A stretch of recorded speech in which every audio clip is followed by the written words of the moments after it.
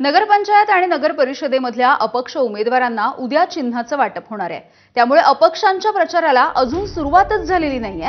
हा प्रचार 30 तारखेला संपणार असल्यामुळे प्रचारासाठी केवळ 4च दिवस मिळणार आहेत।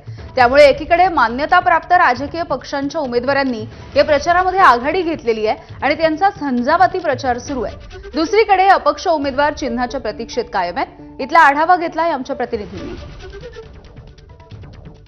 राजकीय पक्षांच्या प्रचाराचा जोर हा सिगेला पोहोचलेला आपण बघू शकतो की महादुला नगरपंचायतमध्ये भाजपचा प्रचार अत्यंत जोरामध्ये सुरू आहे आणि नगराध्यक्ष उमेदवार असेल किंवा नगरसेवकाचे उमेदवार असेल हे प्रचारामध्ये सातत्याने आघाडी घेताना पाहायला मिळतात। तिकडे दुसरीकडे अपक्षांची मात्र मोठी कोंडी होत आहे, कारण की 26 तारखेला अपक्षांना चिन्ह मिळणार आहे। त्यामुळे अपक्षांना प्रचाराची अजून सुरुवात झाली नाही, त्यांना अगदी शेवटले 4 दिवस हे प्रचाराला मिळणार आहे।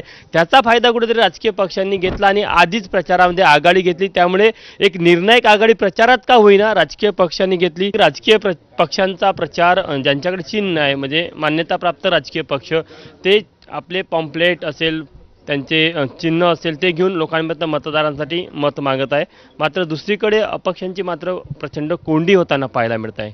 कॅमेरामॅन मिथुन आत्मेसह तुषार कोहळे, एबीपी माझा, नागपूर। आणि यानंतर या बुलेटिनमध्ये वेळ झाली इथेच थांबण्याची।